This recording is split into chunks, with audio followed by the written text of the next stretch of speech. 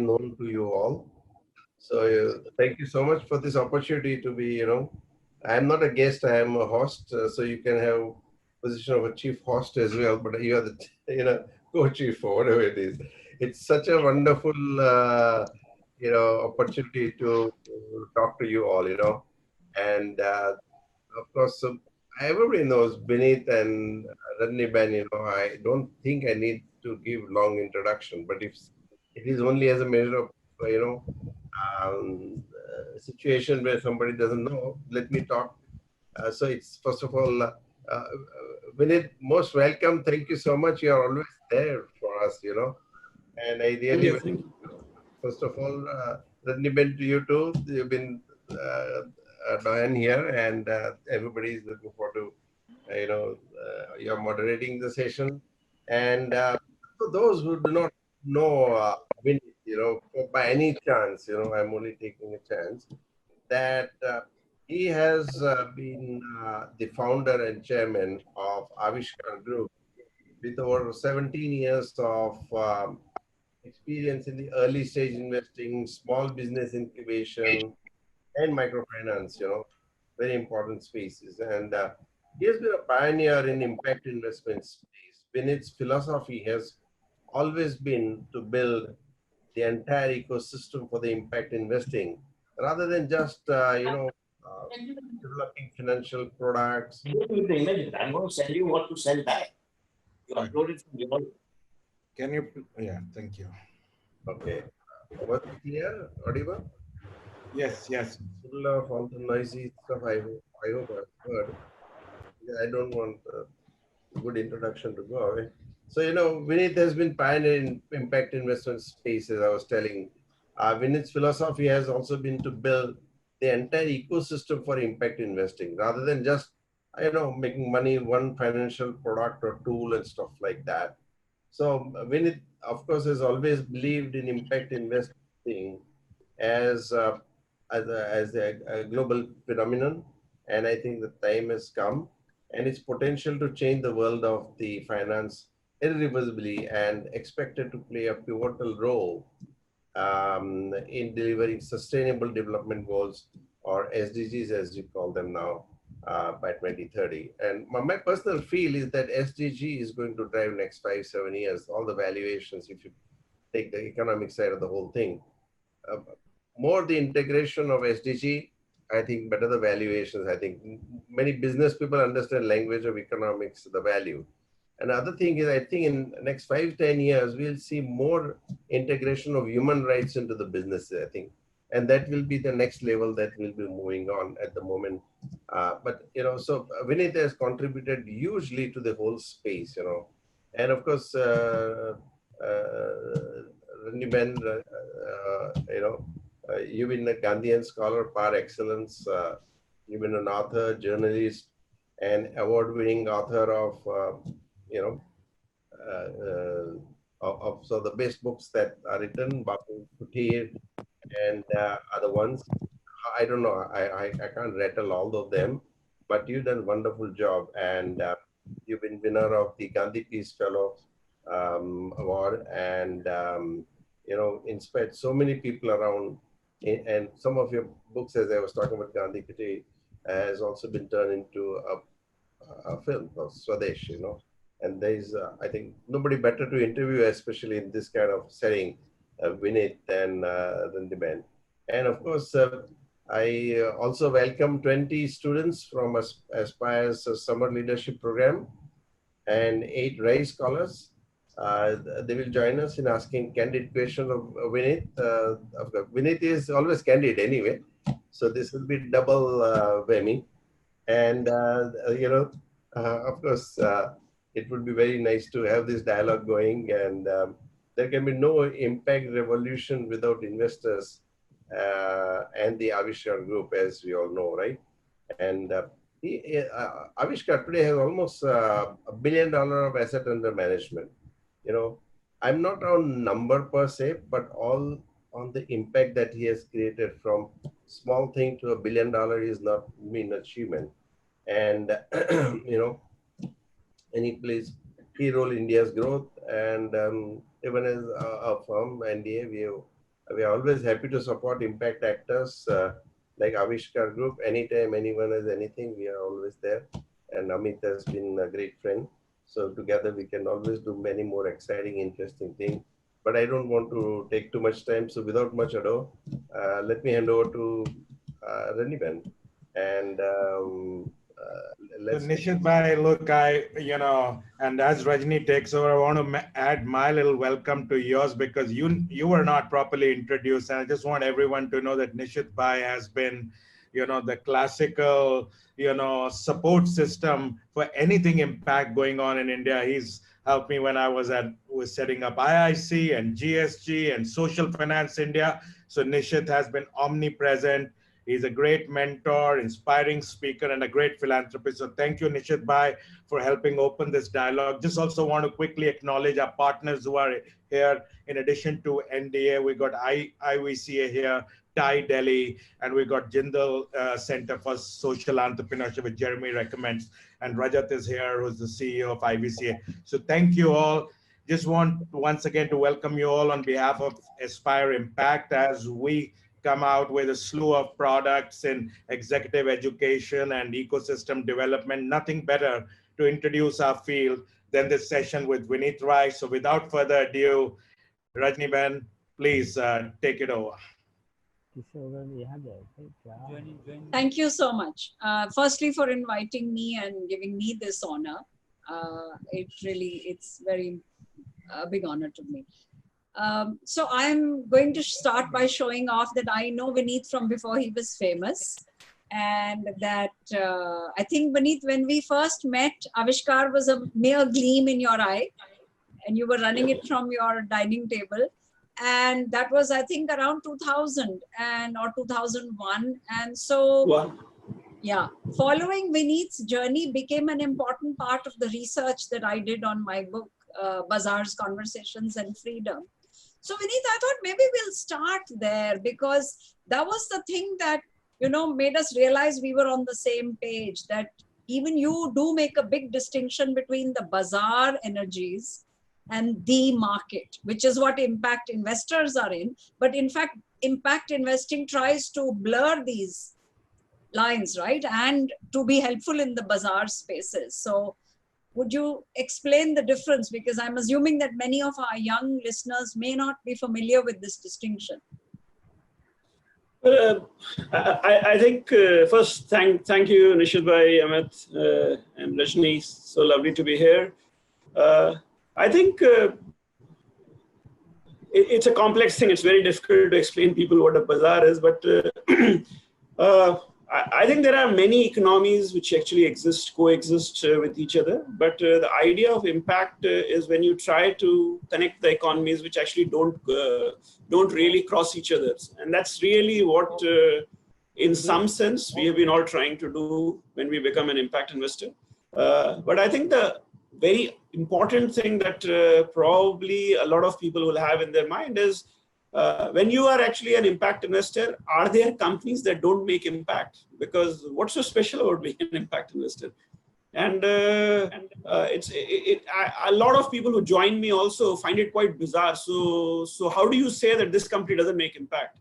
And the reality is, the starting point of impact investing is that everybody makes impact. Now, I can give you two examples. I will actually pick up an example from a very bizarre kind of thinking. Most of you would know tobacco. Tobacco cultivation is actually probably the first cash crop that all smallhold farmers actually started doing. Now, so how can tobacco cultivation not be impact investing? Why would you not do it? It creates jobs. It works with very poor people. Or, for example, some of you do not know, but I'm a forester, so let me take you to the forest of Madhya Pradesh. Tendupatta, which is actually rolled into a bidi, which is again where you put in tobacco, is roughly 1,000 crore business. Now, why would an impact investor not invest into that business? Because while there is a lot of positivity with all the businesses, some businesses actually have a significant amount of, as I gave, also have a very significant negativity associated with them. And if you are actually a business which is neutral to positive or negatives of impact, then let's assume for a stand, if you want to give 100 as a mark to any company, you start at 50. And the 50 is You are actually doing your business legally, ethically, creating jobs in the process, but you have no real intent or and desire to make something very unique or different happen in the society. And I think that's really where impact investing came into being, where you come up with a very clear statement, I want to make impact, and then you demonstrate how you will make an impact. And an investor who chooses you because you are doing these two things makes you an impact investor. So very simply put, this is how an impact investor is different from a venture capital fund. Private equity. Vineet, but also I think you've played a key role in enabling the positive energies on the ground. Because we know that actually, if we are going to talk about toxic elements, there are as many in a village economy as there are also toxic elements in terms of greed and irresponsibility towards externalities, though they take different forms. So in what ways have you contended with these realities in your specific projects? You know, how do you hold people accountable to some normative structure? Greed is a very challenging thing to, it's actually a human emotion, which is in a capitalistic society, when we do management, you are essentially trying to push greed forward. So, I mean, when you do an MBA, you are essentially being told greed is good because Wall Street is where the maximum money is being made. So go and do it. And I think it's a very, very difficult thing to tell people how to manage their greed. Nishit Bhai was mentioning that in the post-COVID world, certainly your requirements of what you need for having a great life has come down so significantly that even if you're rich, it doesn't really make sense because you don't spend money. I think the challenge in impact investing is your excitement is not the money that you make, but the money that the poor make. And my personal journey started with the idea when I actually met and spoke to some few hundred of poor people and asked them, because I was told poor are nicer people, poor are different, poor have larger hearts. And to my great surprise, I found poor exactly as good or as bad as the rich. And funnily, everybody told me poor are good people, but then all poor wanted to be rich. All good people wanted to be bad. So it was quite a strange phenomenon. I was quite young, I was 24, 25, and coming up with this very controversial thought process that all the good wants to become bad was very jarring to me. And I finally realized that people who are poor actually are looking for a better life, and better life need not necessarily be a bad life. And I think that's the conflict in the post-COVID world, and I actually wrote about it. In the post-COVID world, we are actually dealing with a conflict where maximizing return or return at all cost is now clashing with the whole idea of resilience, because people are realizing that making money, you can actually probably cut open the stomach of the golden egg-laying goose, expecting to take out everything. You will have a dead goose and no new eggs. So you are better to be more patient and long-term. And long-termism and patience are basically the two critical virtues that impact investing really vouches for. Yes, we all also want to create unicorns, but you don't need to create a unicorn at the expense of everything else. So these are the conflicts that we are dealing with. Of course, the conflict of greed will be probably the most important one. And whether it is a company here or a company there, but I think, I don't think so individual companies really will be telling the great stories. It is the bringing the whole thing together and making this complex thing work really makes it happen. So Vineet, historically, say if we are talking about the last 50 years, we've seen both examples at the ground level of communities and ground level entrepreneurs, whether they are farmers or other kinds of producers, having no sense of the long term. We've seen those examples, right? That's why we get sugarcane being grown with groundwater, which by any common sense criteria is a suicidal enterprise. I mean, it's only going to last maximum 4, 5, 6 years. But we've also seen the opposite. We've seen a growing awareness among communities and groups of producers of different kinds. So what is on balance, what do you think is currently the mood? Say in the pre-COVID India, what was on the rise? Because that at the end of the day also makes a very big difference, whether it is a farmer or it is a small and medium scale entrepreneur, you know, in Gujarat or anywhere who's pumping toxic materials into the ground and, spoiling the groundwater for everyone, including himself. So I'll give you an example, and this example to illustrate how markets are actually driving good behavior at the end of the farmers, and how farmers then are driving good behavior for the market. It's not possible for me to actually say this without illustrating or giving an example. So India was a millet eating country. Millets, those who don't understand, jowar, bajra, ragi. So north to south, we used to eat millets. Now, it's amazing actually. India, most of our children, most of the young guys here probably do not even know what millets are or how much difference do they make. And we are a paddy wheat eating country now. So we are a rice wheat country. Now, what is rice and wheat? Both are actually massively water guzzling. One requires flood irrigation, the other actually, and then a significant amount of, funnily, they are also not good for our health. Both these products, India is today diabetes capital because we change what we eat. What is millet? Millet is actually a crop any farmer can grow. It is a very hardy crop. It doesn't require much water. It doesn't require insecticide and pesticide in the quantity that both paddy and wheat requires. So why did India leave millets and move to paddy and wheat? Because we changed the way our tongue responds to the food. And now, if you want to actually use market forces to take India back to millets, what do you need to do? It's impossible to make a farmer use his land to produce millets. The way to do it is you go to the markets and make the rich Indians find a product that they really want to buy, they are excited about. And so we invested in a company called Soulful. What it does is it doesn't buy millets from farmers. It actually converts millets into a breakfast cereal that rich Indian kids love to eat. Now, that is the behavior change that the markets have the power to do that the farmers cannot. And if the markets is actually going to be driven towards good food, you would have more and more, and of course, Soulful is a very small company. So I'm not saying that Soulful itself, but I'm guessing Soulful's success will inspire 20, 30, 40, 50 different kind of innovations in millets coming through. And instead of 500 tons that Soulful consume, Soulful may start consuming 10,000, 20,000, 30,000 tons. And then there will be 50 other or 100 other companies producing similar kinds of products of millets. And Indians will go back to eating millets because Indians are also getting very conscious about their health. And this is really the virtuous cycle that impact investing has to deliver. It's a complex, difficult cycle. Results take a long time to come, but that's really what defines us. Now, what is happening, and this is where I'll tell you why I actually get very irritated with the global thought process. The Western world wants me to actually measure the impact Soulful selling is making on the income of the farmer. Unfortunately, that's a very direct connection, and that does not require you to think beyond the obvious. This is a far more deeper and a nuanced problem. It will take much longer time. And the entire discussion about intent, that is the global discussion, and the measurement is actually focused on converting an art into a mathematical science. And unfortunately, that challenge I am not able to resolve because it's much easier. So it's much easier to go to an audience and say, I have made a significant difference to the life of 1 million people.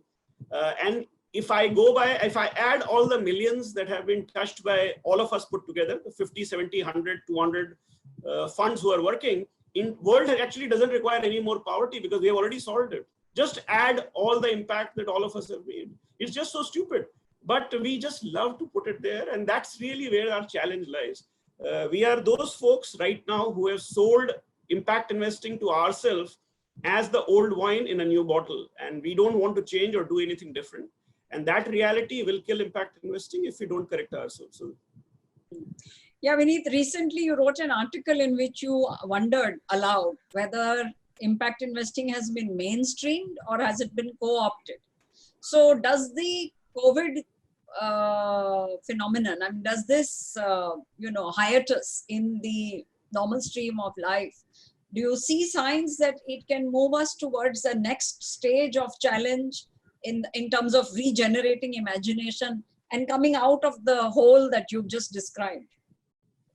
See, I always found it quite fascinating. Impact investing to be mainstreamed. I always thought I will be mainstreamed only if mainstream is better than me.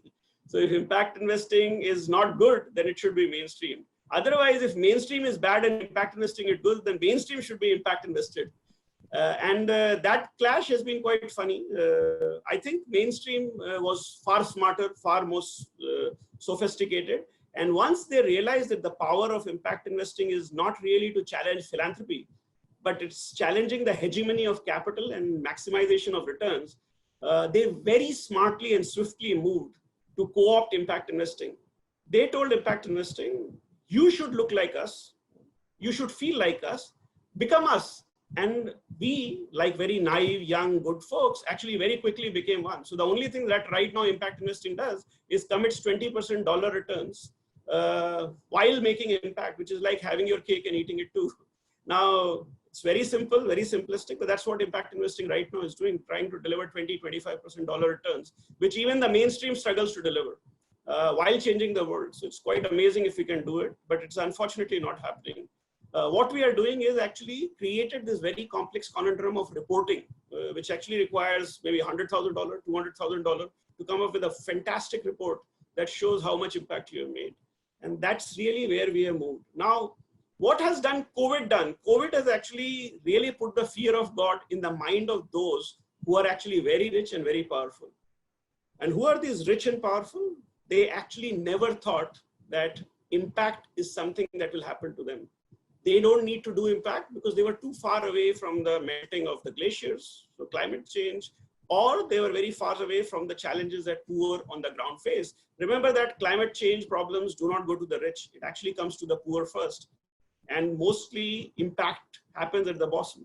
So whether it is climate change, it is real impact, making those, this was being done out of, and generally most people believe that a very small percentage, 0.1%, 2%, 1% of their capital is good enough to do it. 99% should actually keep creating the wedge between the poor and the rich. I think what has COVID done? COVID actually has taken the fear right into the boardrooms because the world has never been so paralyzed as has COVID done. What few microns of virus actually paralyzing the global economy. The $300 trillion of global money right now is not fearful of the 20% return. It is worried about actually becoming 150 trillion because of the dissipation of capital that is taking place because of what virus is delivered. Now, when something like this happens, you want to actually start reflecting on, because money does not, the first thing that money doesn't want is volatility. And the most important thing anybody who has money is they don't want a decimation. So $300 billion, $300 trillion not becoming 301 trillion is fine, but it should not become 299 trillion. And when this thinking comes, the powerful have fear in them. They don't want to lose the capital. And in that sense, they have started thinking about these challenges in a very different light. And I am saying it with great confidence because now I have been in conversation with some of the richest and the largest sovereign funds who would never talk to an Avishkar. Who are actually saying that the world today is faced with a crisis that has made us rethink and relook at the challenges that we are seeing in front of us.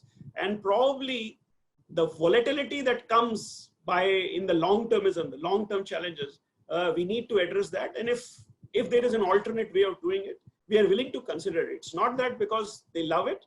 I think changes in the world happen not because poor are actually impacted or things have happened or people's heart melted. It happens when those who are in the position of taking decisions and putting mandates become fearful. So impact investing is not going to win because it is great. Impact investing is going to win because those who are powerful are fearful. Thanks, Vineet. So now we'll move to questions from the youngsters in our meeting today. So this is a question from young Kashyap. He asks you to please throw some light on the notion of equity versus efficiency trade-off. How do you respond to people who say that impact-focused ventures may not be as profitable, i.e. efficient, as traditional businesses? Yeah, this actually generally comes from those who actually either don't understand business or don't understand impact investing, either or both of them. First and foremost, impact investing is nothing unique. It is actually a normal business. What you are doing is you're making a choice. And that choice is, so for example, there are people who invest in technology. There are people who invest in climate. There are people who invest in energy. There are people who actually start a very futuristic business. And there are people who are sending people to Mars. Now, there is no guarantee in any business that you are going to be more efficient and smarter and deliver money. So there is an act of probability. And what is the difference actually between impact investing, let's say venture capital investing, and impact investing? In venture capital investing, you have a very evolved ecosystem. So you are taking a very high risk in an evolved ecosystem. In impact investing, we are making a choice of going and trying to explore a broken ecosystem by taking capital that has the willingness to be patient for a slightly longer period. Now, if you go and look at the returns that have been made by microfinance institutions, where private equity, impact investing, everybody is involved, the returns have actually been at par or even much superior to mainstream returns. So therefore, if anybody tells me that it is inefficient or is actually delivering low return, is not being bright. It is as good or as bad as sending people to Mars. Nobody knows by sending people to Mars, you are going to generate very significant returns. Similarly, when Professor Yunus came up with the idea that poor is bankable, nobody knew that it's going to be India itself will be sitting on 2 lakh crores of microfinance. Nobody knew that. And therefore, microfinance delivered returns not in India, not in Bangladesh, world over. And similarly, when you are actually trying to say that farmer needs to be made rich and let's actually try to use technology, let's try to use everything else to create value, that actually has a challenge in terms of success. But when the success comes, the returns that you will generate are going to be, nobody's capping the return. There is nothing, even in the social stock exchange report that we just finished, we have very clearly said that if you are going to take extraordinary risk, extraordinary returns are possible. They are not usurious. You are not trying to actually fleece anybody to do it. Simply because the opportunity is so huge, you will make returns.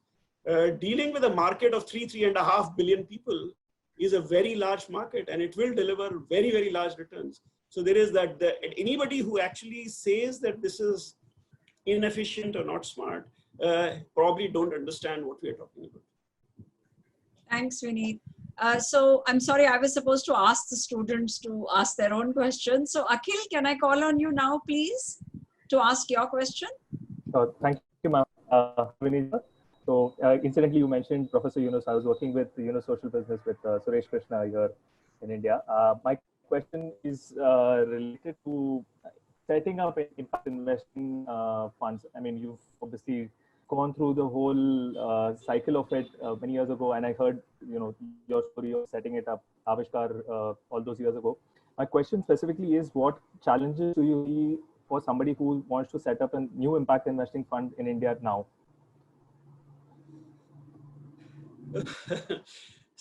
See, setting up a fund is challenging, irrespective. A lot depends on what is your objective and why you want to do it.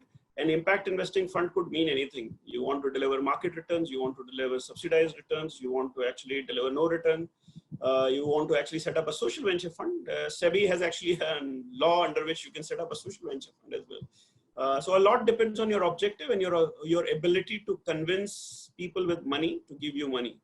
It is as simple as that. Remember that if you have been a social entrepreneur ever and tried to raise money, and if you felt it was difficult, just fundraising is actually a compounding of difficulty. So let's say if you are doing, if you think you assign a difficulty level of 10 to raising a fund for a social enterprise, then raising a social impact fund is compounded. So it's 10 to the power 10.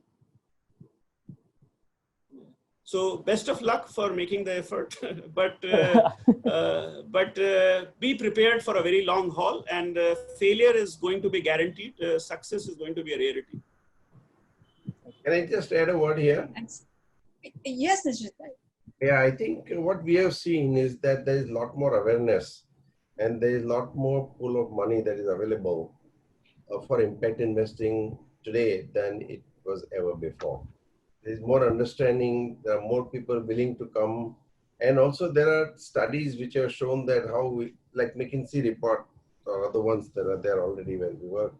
So at least there is more awareness. So it's it is not as difficult as perhaps when it started. That's what I'll say. So you are starting on the environment. I think that the challenge is not really about timing, because of course today impact investing isn't defined this thing.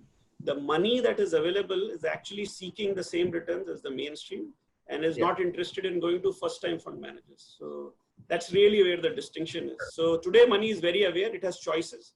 And it is, so I was actually in a much better time because there was nobody. So it was very easy for me to actually get 10,000, 20,000, 50,000. Today, the difference is actually people are very aware. So they think it is much better to go with, and this is actually the challenge that a startup fund manager will face. And I actually don't want to unnecessarily encourage or unnecessarily discourage you, because a lot depends on what is your ability to be confident about.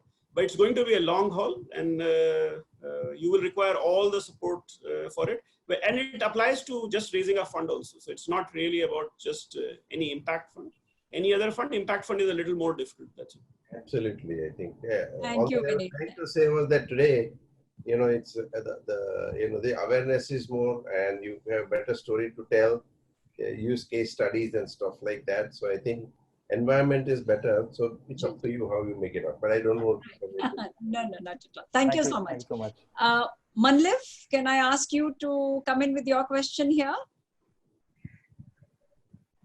Yes, ma'am. So my question is, in 2010, India's microfinance sector went for a toss because of a few bad apples, with millions of dollars were lost during that period.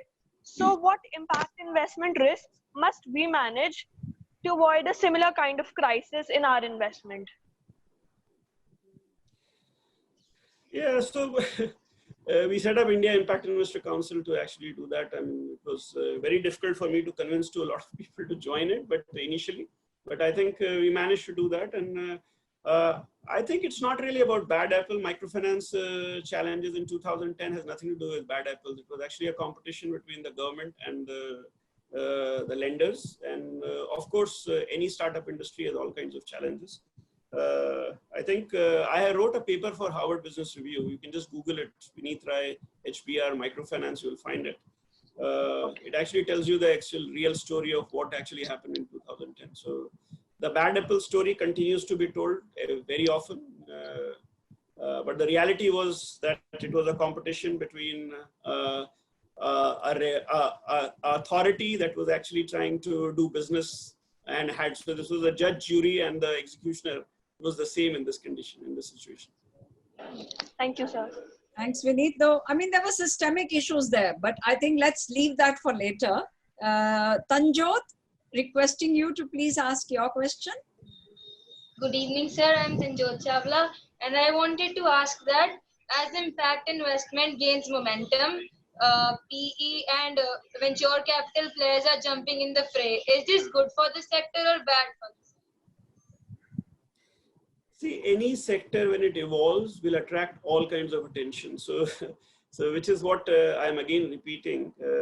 Maturity of every sector is how it deals with that, actually its popularity. And I think impact investing is right now dealing with its challenges, which comes with popularity. So I think you might actually remember AAP as a party. When it started off, everybody thought this is a party of honest. Then you actually suddenly have a lot of people come in and you realize, oh, society's reflections start coming into AAP as well.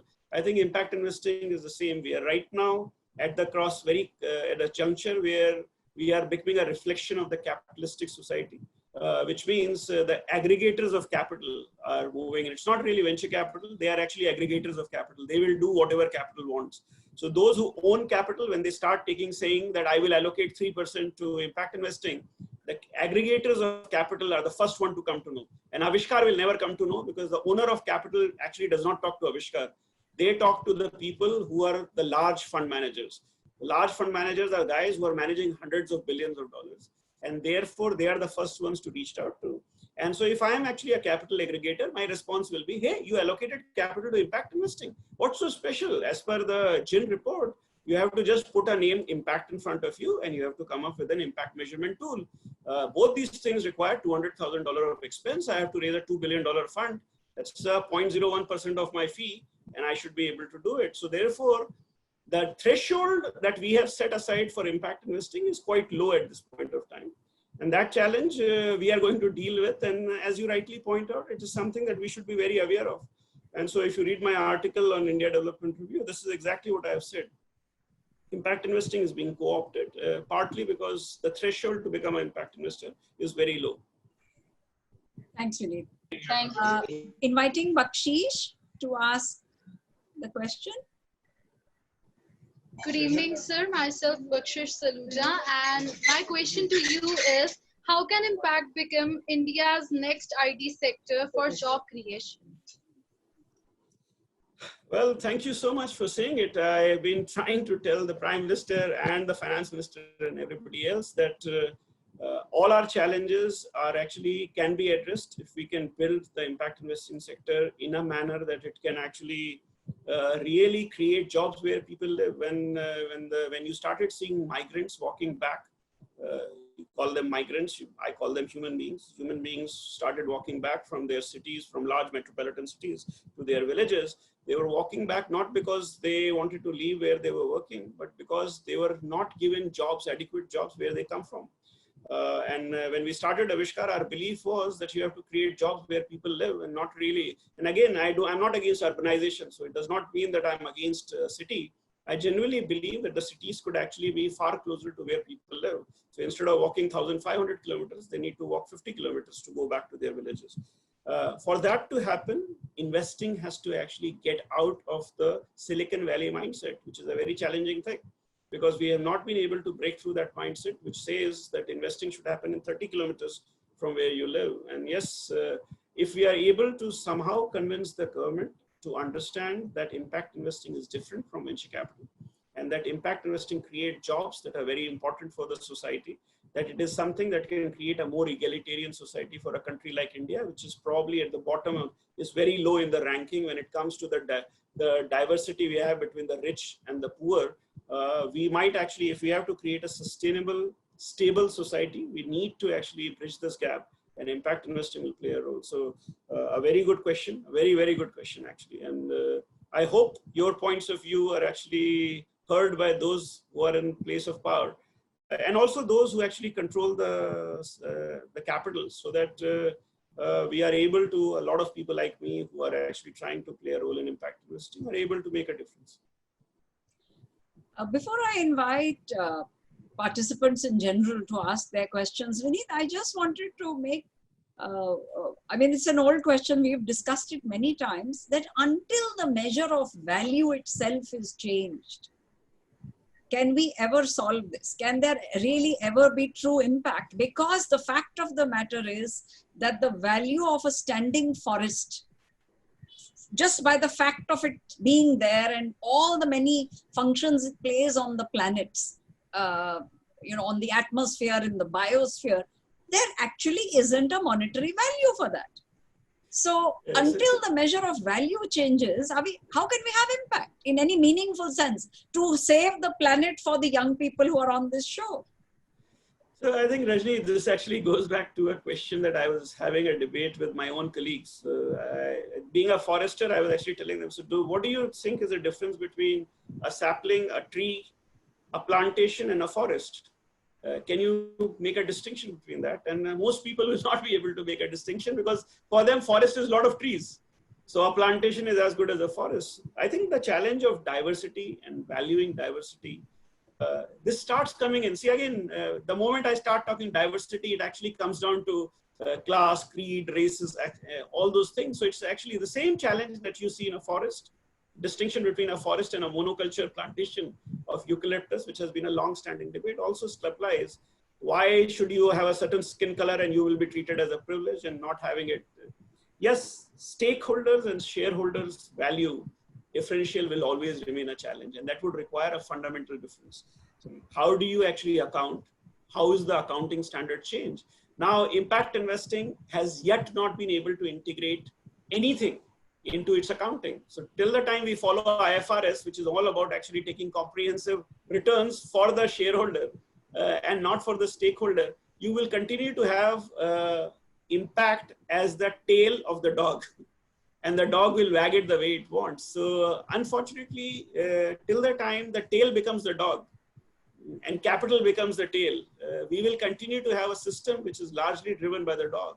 And this is really the clash. The clash is people like me who are actually taking a very controversial position are also being criticized all over that this guy is actually insecure about new players coming in. I'm not insecure. I'm actually more worried about how the consequence would be, because once we are fully co-opted, and I think that's really the challenge.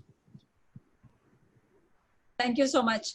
The floor is open for questions from all who are part of this gathering. So what is the mechanism, Amit? Is there I'm not familiar with the technology of raising hand. So I'm seeing 3 hands raised. So what we'll do is, to everyone who's going to ask a question, please keep it very brief. We are in the final 4 minutes. Just please ask 30-second questions. I'm just going to call out your names, and then Vineet can answer those together. So Harsh, go ahead. You get a 30 seconds first, please. Yeah, hi Vineet. So just one question in terms of, as you said, multiple players coming into the industries and industry widening. Do you see, because of, its return being chased, impact getting compromised to that extent per se? Thank you, Harsh. It's And not Vineet, I'll take all the 4 questions, then you please answer them. Okay, I see Pratyush Panda. Please go ahead, Pratyush, 30 seconds. Yeah. Hi, Vineet. I have 2 small questions. One is, how do you see social exchange coming out? Will it gain some momentum? Will it provide some additional boost to the sector itself on impact investment?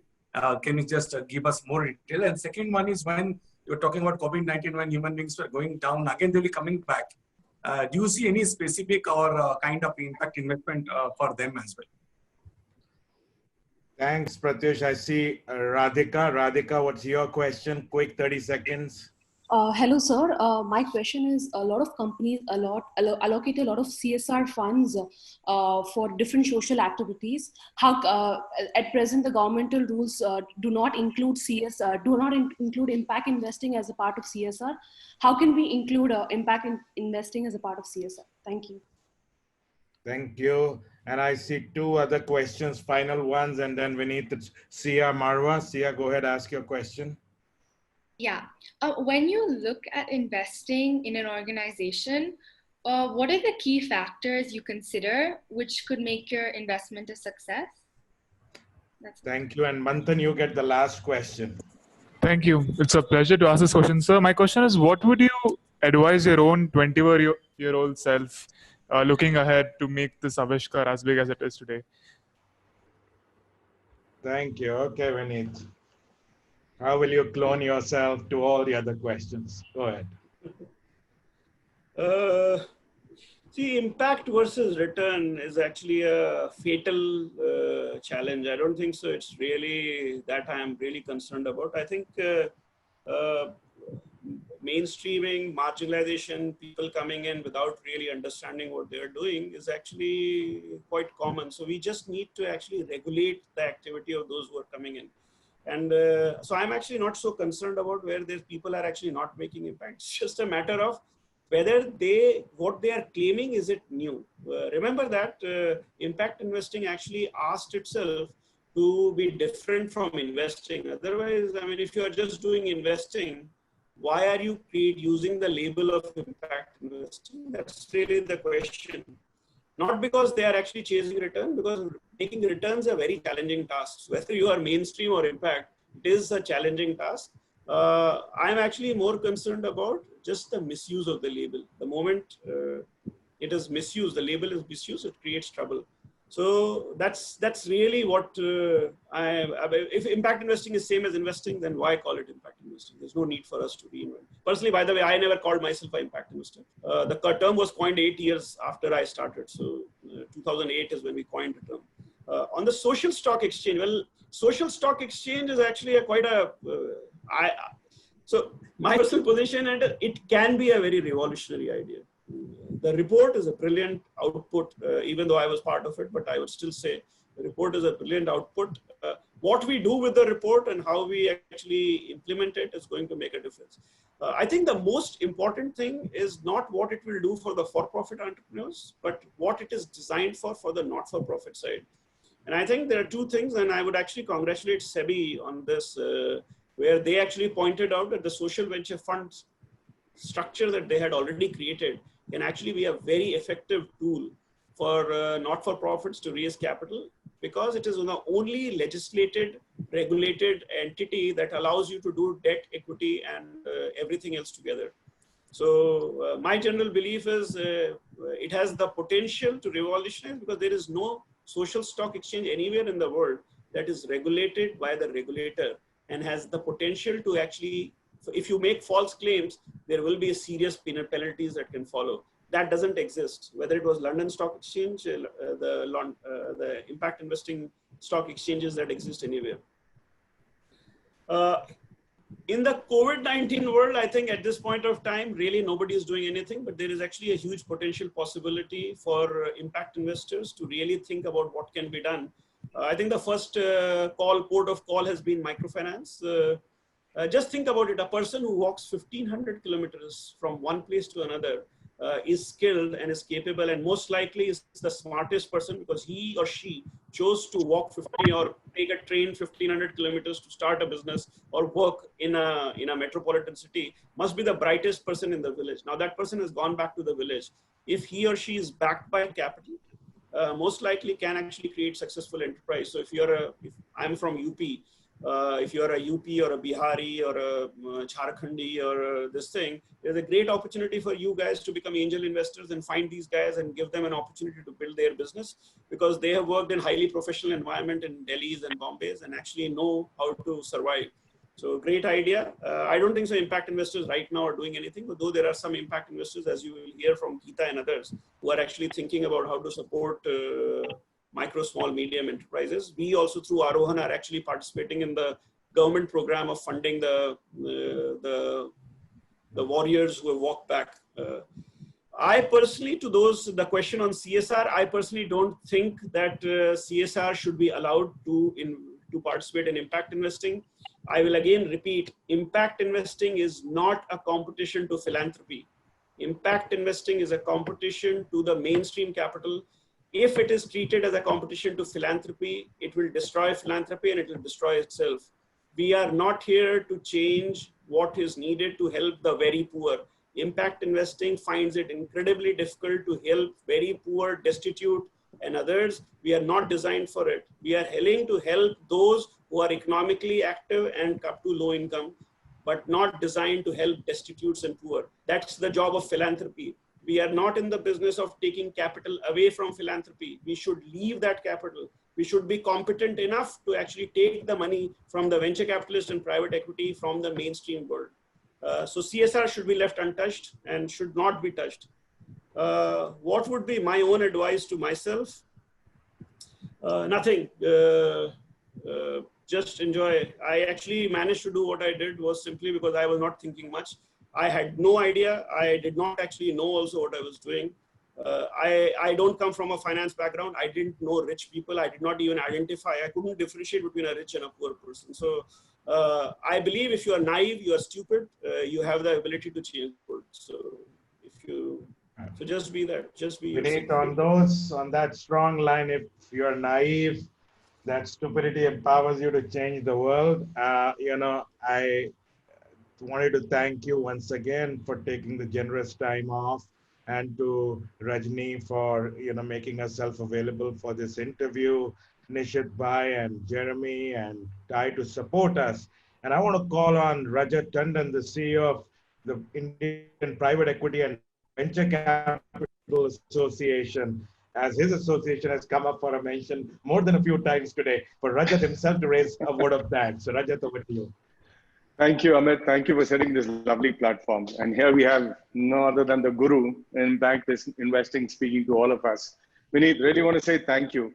Not only you put across an excellent session today, but the way you approach things and your intention, right, is towards impact investment is what makes all the difference.